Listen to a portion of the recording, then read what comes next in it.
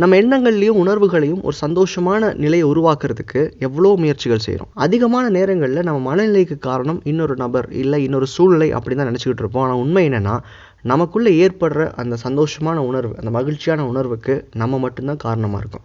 அப்போது நம்ம எண்ணங்களில் செய்கிற சின்ன சின்ன மாறுதல்களால் நம்மளால் ஒரு நல்ல வைப்ரேஷன்ஸை எல்லா நேரங்களையும் உணர முடியும். நீங்கள் இன்றைக்கி என்ன சூழலில் இருக்கிறீங்க, எங்கே இருக்கிறீங்க, என்ன பிரச்சனைகளை ஃபேஸ் பண்ணிட்டுருக்கீங்க, இதெல்லாம் இங்கே எந்த விதத்துலையும் உங்களுடைய நல்ல வைப்ரேஷனை பாதிக்காது. அப்போது அந்த மாதிரியான மனநிலை கொண்டு வரதுக்கு என்னெல்லாம் பண்ணலாம் அப்படின்றது தான் இந்த வீடியோ. ரொம்ப சிம்பிளாக புரிஞ்சுக்கிற, உங்களால் உணர முடிகிற, உங்களால் செய்ய முடிகிற சில டிப்ஸை இந்த வீடியோவில் பார்க்க போகிறீங்க. ஒரு நல்ல எண்ணம், அதாவது ஒரு குட் தாட் அப்படின்றது நம்மளை சுற்றி நல்ல வைப்ரேஷனை உருவாக்கும். இதை நான் முழுமையாக நம்புகிறேன். அதனால் இந்த நிமிஷம் இந்த வீடியோ பண்ணிட்டு இருக்கும்போது எனக்கு தோணின ஒரு விஷயத்தை கீழே கமெண்ட்டில் மென்ஷன் பண்ணியிருக்கேன். அதே மாதிரி இந்த வீடியோ பார்க்கும்போது உங்களுக்குள்ளே ஏற்பட்ட ஒரு நல்ல எண்ணத்தை கமெண்ட்டில் பதிவு பண்ணுங்கள். சரி, இப்போ நமக்குள்ளே ஒரு நல்ல வைப்ரேஷன் உருவாக்குறதுக்கான முதல் விஷயம் என்ன அப்படின்னா, லெட் இட் கோ.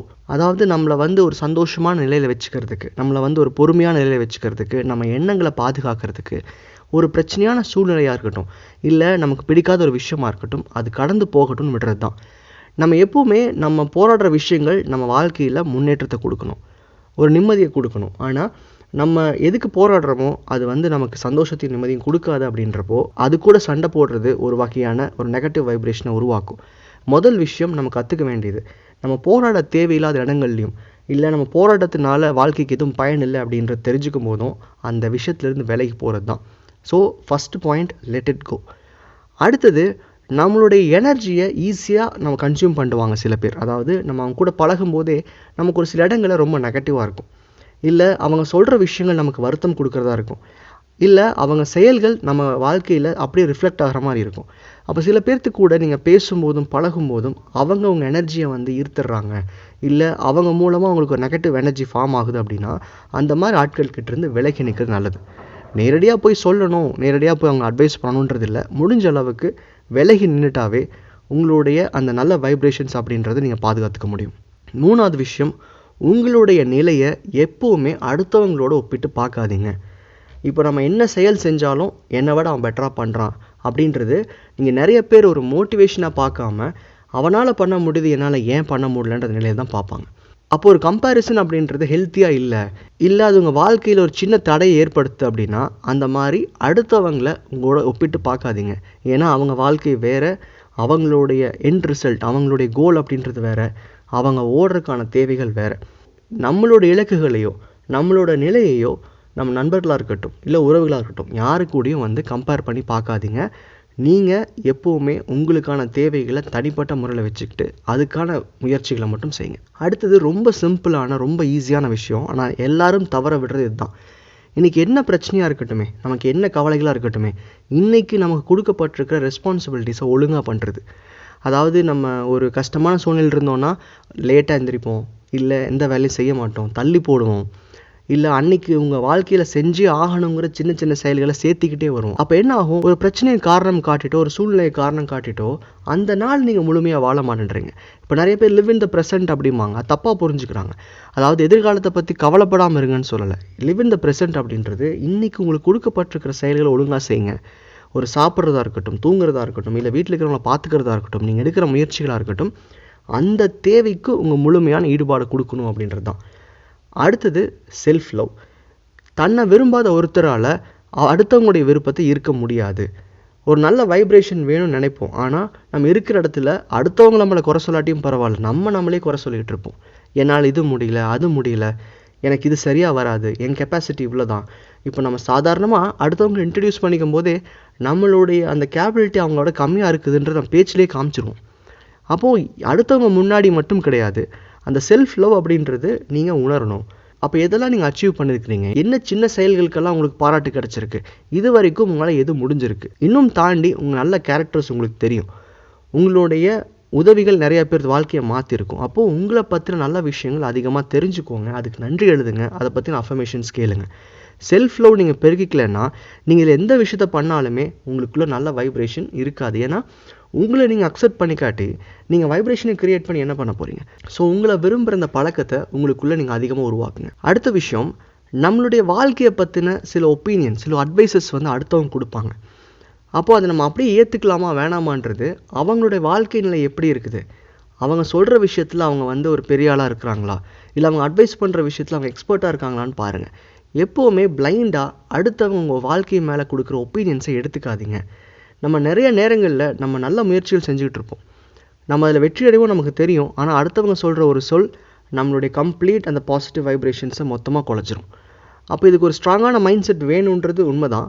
அப்போ அதை வளர்த்துக்கிற வரைக்கும் நீங்கள் அடுத்தவங்க ஒப்பீனியன்ஸ் எடுத்துக்கும் போது எப்போவுமே அவங்க சொல்கிற விஷயத்தில் அவங்க பர்ஃபெக்டாக இருக்காங்களான்னு பாருங்கள். இல்லையா அதை அட்வைஸாக எடுத்துக்கிட்டு அதை வச்சு நீங்கள் ரிசர்ச் பண்ணலாமே தவிர, அண்டர்ஸ்டாண்ட் பண்ணிக்க முயற்சி பண்ணலாமே தவிர, அடுத்தவங்க ஒரு ஒப்பீனியன் சொல்லிட்டாங்கன்னா உடனே அதை எடுத்துக்கிட்டு உங்கள் வாழ்க்கையை மாற்ற முயற்சி பண்ணாதீங்க. நிறையா நேரங்களில் உங்கள் இன்ட்யூஷனை விட அடுத்தவங்களுடைய சொல் ஒன்றும் பெருசாக இருக்க போகிறது கிடையாது. ஏன்னா உங்கள் கூடயே இருக்கிற கான்ஷியஸ், உங்களை பார்த்துக்கிட்டே இருக்கிற கான்ஷியஸ் உங்களை தப்பாக கைட் பண்ணாது.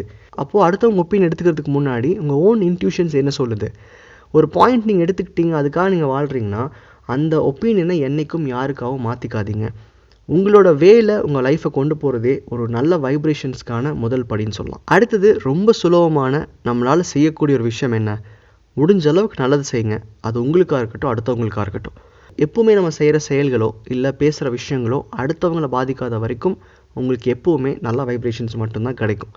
அடுத்தவங்க எண்ணத்தை நீங்கள் பாதிக்கிறீங்க, இல்லை அடுத்தவங்களுடைய வாழ்க்கையை பாதிக்கிற மாதிரி செயல்கள் செய்கிறீங்க அப்படின்னா கண்டிப்பாக ஏதோ ஒரு வகையில் ஒரு நெகட்டிவான வைப்ரேஷன்ஸ் உங்களுக்குள்ளேயே உருவாகிறதுக்கு வாய்ப்பு இருக்குது. இதை தெரியாமல் செஞ்சேன் தெரிஞ்சு செஞ்சேன்றது கிடையாது. நீங்கள் செய்கிற எல்லா செயல்களும் சரியாக இருக்குதான்னு முதல்ல செக் பண்ணிக்கோங்க. முக்கியமாக அடுத்தவங்க வாழ்க்கையை பாதிக்கும்னா ரொம்ப கேர்ஃபுல்லாக செய்யுங்க. உங்களுக்கும் அடுத்தவங்களுக்கும் எப்போவுமே நல்லதை மட்டுமே செய்ய முயற்சி பண்ணுங்கள். அடுத்தது நம்ம அன்கான்ஷியஸாக பண்ணுற ஒரு தவறு என்ன அப்படின்னா, நம்ம வாழ்க்கையில் நல்ல விஷயங்களை பார்த்து நன்றி சொல்கிறத விட ரொம்ப சின்ன சின்ன பிரச்சனைகள் கூட அதிக கம்ப்ளைண்ட்ஸ் பண்ணுறது, அதாவது குறைகள் பேசுகிறது. நீங்கள் நல்லா கவனிச்சிங்கன்னா இப்போ இன்றைக்கி ஒரு பெரிய பிரச்சனைக்காக புலம்பிகிட்டு இருப்பீங்க, ஆனால் அது ஒரு காலத்தில் உங்களோட ஒரு எண்ணத்துக்குள்ளே கூட வர தேவையில்லாத ஒரு சின்ன கடுகு மாதிரி தான் இருந்திருக்கும். அப்போது ஒரு சின்ன விஷயத்த நீங்கள் அதிகமாக பேசும்போதோ அதை திரும்ப திரும்ப சொல்லும்போதோ அது உங்களை விட ஒரு பெரிய பிரச்சனையாக மாற ஆரம்பிச்சிருது. ஸோ இந்த காசிப் பண்ணுறது, இந்த கம்ப்ளைண்ட் பண்ணுறது, இந்த மாதிரியான விஷயங்கள் அடுத்தவங்களை பாதிக்கதோ இல்லையோ உங்களோட வைப்ரேஷன்ஸை கண்டிப்பாக பாதிக்கும். அப்போ நான் முதல்ல சொல்லும் போது நெகட்டிவ் எனர்ஜி கொடுக்குறவங்கள ஒதுக்க சொன்னேன் இல்லையா, அப்போது அந்த ஒரு பர்சனாக நீங்கள் மாறாதீங்கன்றதான் இங்கே சொல்கிறேன். ஸோ இந்த கம்ப்ளைண்ட் பண்ணுறது, காசிப் பண்ணுறது, இந்த மாதிரி விஷயங்கள்லாம் தவிர்க்கிறதும் அப்படி பேசுகிறவங்க கிட்ட இருந்து விலகி இருக்கிறதும் ரொம்ப ரொம்ப அவசியமானது. கடைசி விஷயம், ஒரு நல்ல வைப்ரேஷனை உருவாக்குறதுக்கு ரொம்ப ரொம்ப முக்கியமான விஷயம் உங்கள் எண்ணங்களுக்கு வேலை கொடுக்காம இருக்கிறது. இப்போ நிறைய பேருக்கு எங்கள் லைஃப்பில் இருக்கிற ஒரே பிரச்சனை என்ன தெரியுமா, மனசில் அமைதி இல்லை, சைலன்ஸ் இல்லை. இன்றைக்கி நம்ம ஒரு விஷயத்தை யோசிக்கணுன்னா தெளிவு கிடைக்க மாட்டேங்குது, எனக்கு அடுத்து என்ன பண்ணுறதுன்னு தெரியல, எனக்கு ஒரு குழப்பமான சூழ்நிலை இருக்குது அப்படிம்பாங்க. அவங்க பார்த்தா 3 டிகிரி 4 டிகிரி பண்ணியிருப்பாங்க, இல்லை நிறைய அனுபவம் இருக்கும் அவங்க வாழ்க்கையில். இன்றைக்கி எவ்வளோ பேர் 35, 40, 45 இருக்கிறவங்களுக்கு கூட ஒரு சரியான முடிவு எடுக்க முடியல அப்படின்னு சொல்கிறாங்கன்னா என்ன காரணம், மனசில் அமைதி இல்லை, அந்த சைலன்ஸ்க்கு இங்கே வழியே இல்லை. ஒரு நாளில் காலையிலேருந்து ஈவினிங் வரைக்கும் நீங்கள் வேலை செய்கிறீங்கன்னா அதுக்கப்புறமும் போய் பாட்டு, படம், இல்லை நியூஸ் இந்த மாதிரி பார்க்க என்ன ஆகுது, உங்கள் மூளைக்கு நீங்கள் ரெஸ்ட்டே கொடுக்கறதில்ல. ஸோ முடிஞ்ச அளவுக்கு இந்த சைலன்ஸை பழகுனீங்கன்னா, இந்த ஒரு அமைதியை நீங்கள் புரிஞ்சுக்கிட்டிங்கன்னா மேக்ஸிமம் லைஃப்பில் உங்களுக்கு அந்த தெளிவான மனநிலைன்றது எப்பவுமே இருக்கும். ஒரு தெளிவான எண்ணம் கண்டிப்பாக ஒரு நல்ல வைப்ரேஷன் உங்களுக்குள்ள உருவாக்கும். எவ்வளோ முடியுதோ அவ்வளோ தூரம் உங்கள் பேச்சுக்களை குறைச்சிக்கோங்க, இல்லை உங்கள் மனசுக்கு அமைதி கொடுக்குற சில ப்ராக்டிசஸ் இருந்தால் அதை ஃபாலோ பண்ணுங்கள். உங்களோட வைப்ரேஷனை பார்த்துக்கிறதுக்கு நீங்களே என்ன முயற்சி பண்ணிட்டுருக்கிறீங்க, என்ன மாதிரியான செயல்கள் செய்கிறீங்க அப்படின்றத கீழே கமெண்ட்டில் மென்ஷன் பண்ணுங்கள். அது எல்லாத்துக்கும் யூஸ்ஃபுல்லாக இருக்கும். நன்றி.